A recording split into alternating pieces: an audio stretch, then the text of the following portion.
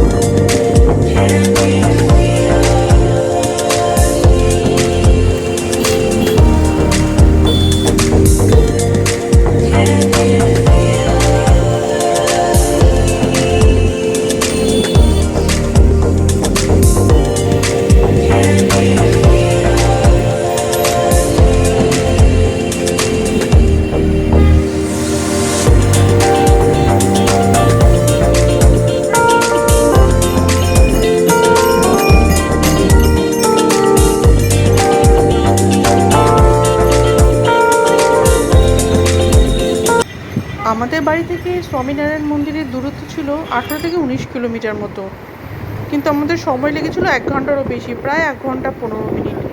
রাস্তায় প্রচুর জ্যাম ছিল। দেখতে দেখতে আমরা চলে এলাম স্বামীনারায়ণ মন্দিরে। 2 নম্বর গেট দিয়ে প্রবেশ করে আমরাই প্রথমেই গেলাম গাড়িটি পার্কিং করতে। পার্কিংয়ের জন্য আমাদের লেগেছিল 50 টাকা।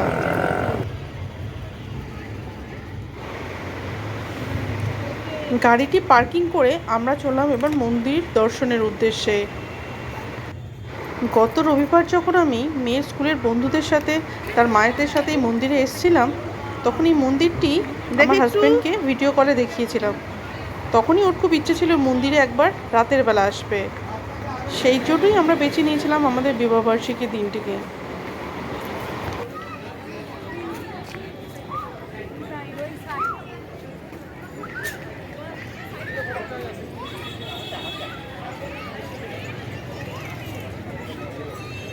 এত সুন্দর লাগছে মন্দিরটা সত্যি। রাতে, এর আগে আমরা দিনের বেলা এসেছিলাম এখানে, বেশ না দিন 5-7 আগে, তখন দিনের বেলা এক রকমের সুন্দর ছিল, কিন্তু রাতে যেন মন্দিরটি আরেক রকমের সৌন্দর্য নিয়ে এসছে। এত সুন্দর, এত এক পিসফুল পরিবেশ, জাস্ট ওয়াও।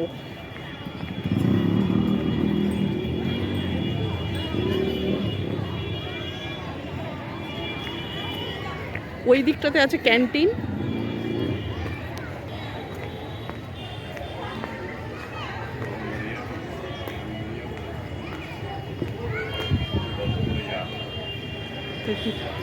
কি সুন্দর পরিবেশ।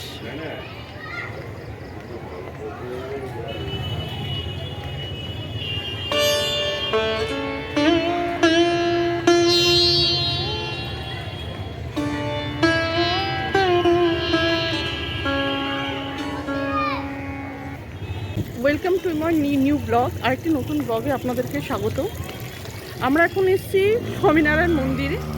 রাতের বেলা এসে, কিছুদিন আগে আমি এসেছিলাম দিনের বেলাতে, কিন্তু রাতের বেলা এত সুন্দর শোভা শুনেছিলাম, তাই দেখার জন্য ছুটে চলে এসেছি স্বামীনারায়ণ মন্দিরে রাতের বেলাতে।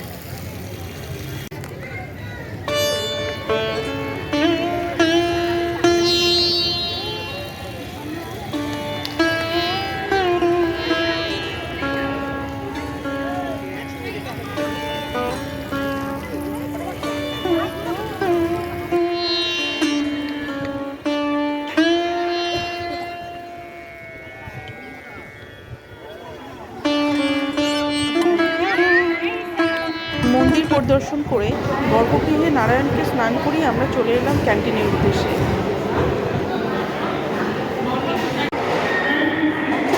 সাথে খেলা হচ্ছে।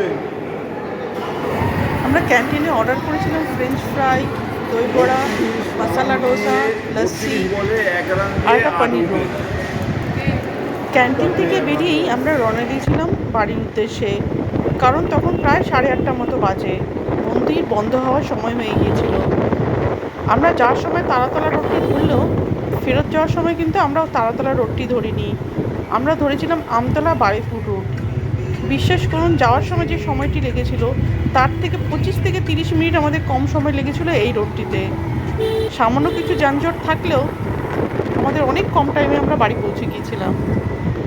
এই মন্দিরটির সব কিছু নিখুঁত থাকলেও একটি বিষয় খুবই বাজে, সেটা হচ্ছে মন্দিরের টাইমিংটি।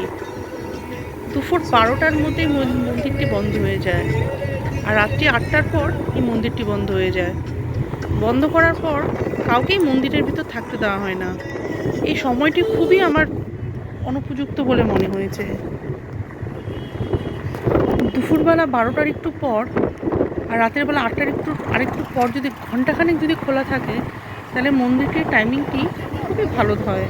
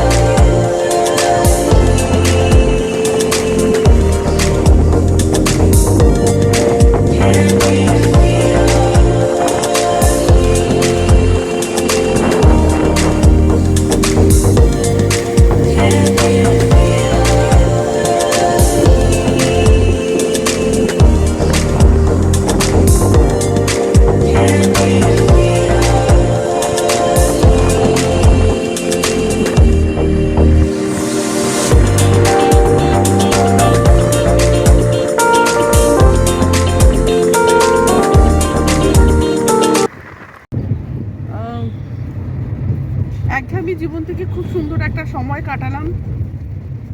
আমি তো ব্লগে বলেইছিলাম যে ঢুকেছিলাম স্বামীনারায়ণ মন্দিরে, যেটা আমাদের জোকার কাছাকাছি। খুব ভালো লাগলো গিয়ে। সংসারে একঘেয়েমি জীবন থেকে একটুখানি সময় বেরিয়ে নিজের মতো করে সময় কাটানো, ইচ্ছা মতো খাওয়া দাওয়া করে বেরোলাম। খুবই ভালো লাগলো ফ্যামিলি নিয়ে। তো আজকের ব্লগটা এই অবধি শেষ করছি। আবার দেখা হচ্ছে পরবর্তী ব্লগে।